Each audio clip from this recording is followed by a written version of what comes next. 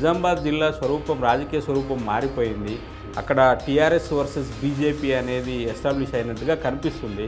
ఎందుకు కాంగ్రెస్ అంత విజిబిలిటీ లేకుండా పోయింది? దగ్గర మా మధు యాష్కి గారి మీద ఉన్న కోపం ప్రజలకు, కవిత మీద ఉన్న కోపం, ప్రజలు అరవింద్ని గెలిపించారు.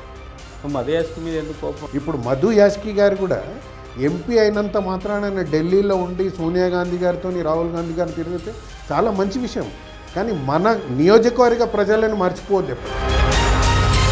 అరే బాబు, మా పండించిన పంటకు గిట్టుబాటు ధరించి మా టైంకు మా పైసలు వస్తే చాలు, నాకు మీ బెంజులు వద్దు, మీ అంబాసిడర్లు వద్దు, మాకున్న పుట్టబట్ట చాలు రాని రైతులను మభ్యపెట్టపోయి కవితక్క బోల్తా పడ్డది.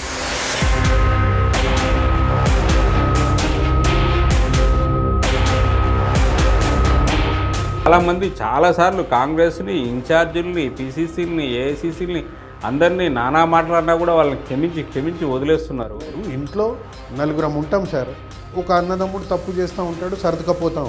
వాడు ఇల్లునే కొంప ముంచుతా అంటే అప్పుడు ఏదో ఒక డిసిషన్ తీసుకుంటారు కదా. ఒకరు బీసీ ముఖ్యమంత్రి అంటారు, ఒకరు ఎస్సీ ముఖ్యమంత్రి అంటారు. కానీ ఎవ్వరు కూడా అరే కాంగ్రెస్ తెలంగాణ ఇచ్చింది, ముందు కాంగ్రెస్ కోటేసి గెలిపించండి అని లేదు.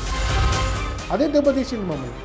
సోనియా గాంధీ గారు ఆ రోజు తెలంగాణ ఇవ్వకుంటే ఏ కేసీఆర్, వీళ్ళు ఎవరు సార్? వీళ్ళెవరు? కాంగ్రెసు బీజేపీ కలిసిపోయి కవితను ఓడించడానికి అక్కడ ప్రయత్నం చేశాయి. లేదు సార్, అది పొరపాటు. కాంగ్రెస్ కార్యకర్త ఎప్పటికి కూడా అమ్ముడు పోడు సార్. వాడు ప్రాణం పోయినా అమ్ముడు పోడు సార్, తప్పు. అరవింద్ నుంచి చాలా గట్టిగా మాట్లాడుతుంటాడు, అవతల వాళ్ళని తీసిపడేస్తారు. ఇప్పుడు ఎలక్షన్లో తెలుస్తుంది కదా సార్. చలో ఓపెన్ ఛాలెంజ్ చేద్దాం అరవింద్ గారు, ఈసారి గెలిచి చూపెట్టు. లేదా డిపాజిట్ వస్తే ఎక్కువ, డిపాజిట్ వస్తే ఎంపీ చీటింగ్ బీజేపీ కంటే డిపాజిట్ వస్తే ఎక్కువ. నేను చెప్తున్నాను.